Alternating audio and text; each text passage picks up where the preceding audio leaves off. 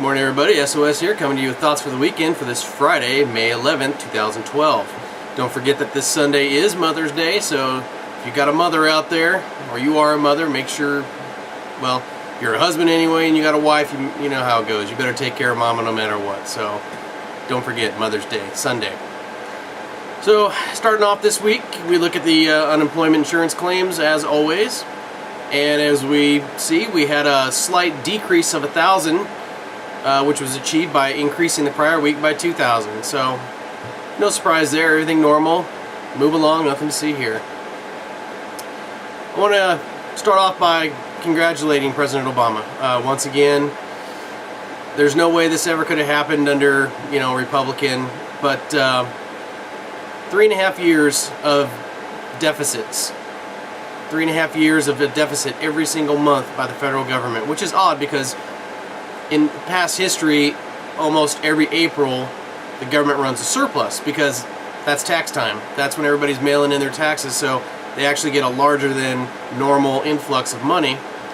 And he had a record going of 3 years in a row of no surplus in April. Well, he broke that streak, and 3.5 years into his presidency, he finally had a surplus for the month. Now granted, the surplus was only $58 billion, which sounds like a lot, only that, if you take that $58 billion and you put it into the $15.7 trillion that we're in debt, it would only take us about 270 months, or looking at, 23 years. 23 years almost to pay off the deficit. So I don't think that's going to happen. Nothing to worry about because, oh wait, there are some ominous signs out there in the economic world. Back in January, you may recall, or actually it was beginning of February, I was reporting on a story that came out at the end of January about the Baltic Dry Index, which is an index of shipping conditions around the world. And basically what it's measuring is contracts that are signed for shipments of goods, dry goods mainly, from ports around the world, and it had a huge drop-off that it noticed. And usually what they were saying by looking at this index is that there's usually a lagging 4 to 6 months between when that index drops and you're going to see the economy's tank. And I think you're seeing that now. As it was reported, this was actually a story by Brandon Smith from Alt-Mag, who was saying that in his studies of the BDI, the Baltic Dry Index, that it's usually about an 8-month, not a 6-month, but about an 8-month lag between when that index reacts one way or another and you see it ripple through the economy. And he's saying that last time it dropped like it did at the end of 2011, that was right before the 2008 collapse. So if you remember how painful that was for ourselves and the rest of the world. What doesn't help is that all the turmoil you have going on around the world, especially in Europe, the EU, and all the problems that it's having, it's not looking good.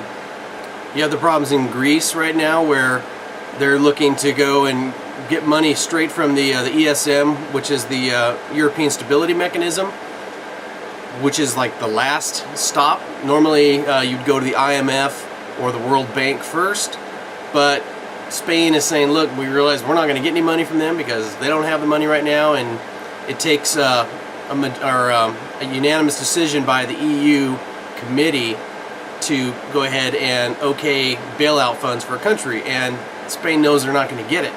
They know that especially Germany isn't going to approve it, so they pretty much are going straight to the emergency stability mechanism, and Spain is just this close before it goes off the edge. We know as a result of elections that were held in Greece this past weekend that the rise of the anti-austerity parties, as opposed to the parties that have been in power for the last 2 years, or the last few years, it's not looking good for Greece either. There was the party that had the majority of the votes. Now there's a runoff election in Greece because no one party got enough of a majority, so they're going to have another election come this June. to see now of the front runner parties which one's going to be the one that gets control, and they just keep going until one gets a high enough majority. And the party on top, Syriza, if I'm saying that right, they actually wrote a letter to the European Commission president basically telling them that the memorandum that was written by the Troika that said Greece is going to do this, telling them basically they're not going to do it. Their austerity's not working. Their people are suffering, so they're going to go ahead and just ignore the calls by the European Commission to cut spending and increase taxes and lay people off in the public sector, and they're going to raise wages, they're going to put people back to work, and they're going to just print money, I guess. As some of you may heard already, JP Morgan Chase last night, shortly before the close of the markets, they had to announce a conference call because they were releasing some statements to the SEC that were going to go public, and JP Morgan doing what he does best, trying to do some damage control, Jamie Dimon, I should say. And it wasn't good news. They're basically saying that looking at a huge loss. They had a trader in London known as the Whale that he made some bad decisions and got him into some positions that aren't working out. And they were saying last night about a $2 billion loss. Now they're saying this morning about a $3 billion loss. This loss could continue to grow because it's in credit default swaps again. Now they're saying that it's nothing that would have triggered, it would have been a violation of the Volcker rule or anything like that, but they're saying that this is going to be big for JP Morgan. This could be, I don't know if it's going to be Lehman-esque, but it could be pretty bad for JP Morgan Chase. So the greed is amazing. I guess they just figure that they just keep pushing it, and sooner or later the government will bail them out. The only problem is the Fed, along with all the other central banks in the world, they're out of bullets. There's no more money. There's no more free money out there for the banks to, or for the central banks to be able to pump money into these companies that make bad bets. I don't know how the American people, the taxpayers, are going to be able to bail them out like they bailed out all these other companies. And I don't know if the government's going to learn its lesson about how the people, the taxpayers, feel about bailing out these massive banks, these corporations who mismanage their money and just do it flagrantly and just don't care. They just do it for the pure profit they're trying to make for themselves. And if they think that we're just going to come along and bail them out time and time again, they got probably another thing coming. I think if they make a move to bail out JP Morgan, you're going to see some bad things happening. Because I don't know of anybody that wants to see another massive bank bailout or corporate bailout of any of these entities that just keep thumbing their nose at common sense. Apparently the other night here down in Miami, there was a scary thing going on. Some people were woken up about 1 in the morning by the sound of helicopters buzzing by and hovering outside. And apparently, and they look out, a couple Black Hawk helicopters hovering over an abandoned hotel right there in Coconut Grove, right down there by Miami. And next thing you know, there's people rappelling out, military rappelling out onto the roof. Then there's flashbangs and flares going off and sounds of gunfire. And it turns out that it was a joint military training exercise going on there, doing some urban combat training scenario, special forces operation, I guess. And they were using this hotel as a training tool. And there was some good video online about it, showing you hear gunfire, which is just blanks. They said no, real bullets were used in this, so it was just blanks. You see flashbangs going off, you see flares being launched, and the helicopters and everything. And yeah, I can understand why people would be a little concerned about it, especially when there was really no advance notice given. They said they put out notices to the hotels around there to warn their guests, but obviously a lot of guests probably didn't get the notice. Residents in the area didn't get the notice. It wasn't put out on the local news. And so, the military obviously says, we had to do this without making much noise about it because it was, top secret training. But, I don't know about top secret, but obviously it was filmed and watched and witnessed by a lot of people. But they try to minimize how many people know about it in advance. So, you know, why is the military doing all this training in American cities? This has been going on now for the last couple years. It makes you wonder. I know they've always done training with local law enforcement. I had a Marine friend of mine who was a Marine sniper down here at Pendleton, and this was probably close to 10 years ago. When talking with him one time, he said, yeah, the coolest thing he ever did was a joint operation with LAPD, and they, you know, helicoptered him into downtown LA and dropped him on top of a couple skyscrapers, and they ran exercises from there. But so apparently this thing is this kind of thing's been going on for a long time. It just seems like it's becoming more and more frequent, and it makes you wonder what exactly they're preparing for. How much anger does President Obama have with Joe Biden? Joe Biden had to apologize to President Obama yesterday for outing him prior to when the president wanted to come out in his announcement that he supports gay marriage. Now this whole thing is looking now like it was just a big setup, and it was choreographed.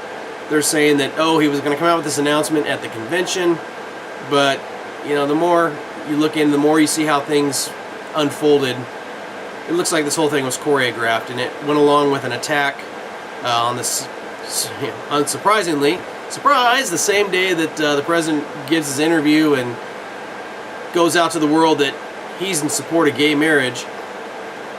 It's the same day the Washington Post releases a story from 50 years ago in '65 when it's saying that Mitt Romney, his rival, was a gay basher in high school, even though teasing people for being gay wasn't even known back then. It wasn't, people were just different. They didn't really associate people as being homosexual or gay, especially in school or anything. That wasn't really in the lexicon at the time. It was just a guy that looked different. They were in prep school. The kid had long hair. The preppy boys didn't think that this kid should have long hair and flaunt it, you know, flaunt the rules. And so as kids did, especially back then, there was a lot of hazing going on. You know, there was hazing even when I was in school in the 80s, in high school in the 80s. So, you know, this stuff in the 60s doesn't shock me at all. So what, they got a hold of him and they shaved his head, cut his hair so it wasn't long. We did that in the military to a guy.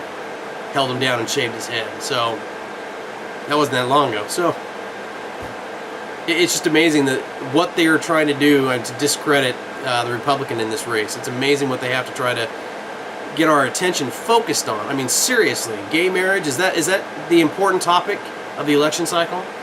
The economy is going to hell in a handbasket. You know, the dollar's going down. We're going to just go into complete chaos in this country, and economic chaos. And they want us focusing on gay marriage and what a candidate did 50 years ago in high school? Seriously? I don't want to go on to a rant on that. So, anyway, that's all I got for the thoughts for the weekend. Hopefully that's not too much to think about. But let me know. Leave a comment. Tell me what you think. If you got to do a video response on any of these topics, if you want to go on a rant about it, perfect. Send me a video response and I'll link it below here as well. Links to all the stories are below. I want to remind you all that I do a more prepping related news broadcast on the Prepping News Network over on Prepper Productions channel, and I'll put a link to that below as well. And we're working on that. Hopefully it's going to be working out good. Also coming out from Prepper Productions, we're going to be having, it's not me, but they're going to be putting out What If the series. You know, I've had a little inside peek at it, and it looks great. It looks like they're really doing putting a lot of effort into this, a lot of planning, a lot of time into kind of developing a series, if you will. And it's not like a Doomsday Preppers kind of show or anything like that. This is actually, I think it's going to be pretty good. I think you're going to like it. So look for that. Look for when that's going to be coming out. Go to prepperproductions.com. Check that out, or Prepper Productions website to get more information. But that looks like it's going to be great. So anyway, looking forward to that. Don't forget, Mother's Day is Sunday. Let the mother in your life know what you think about her. Foobar, be careful. Anyway, y'all take it easy. SOS out.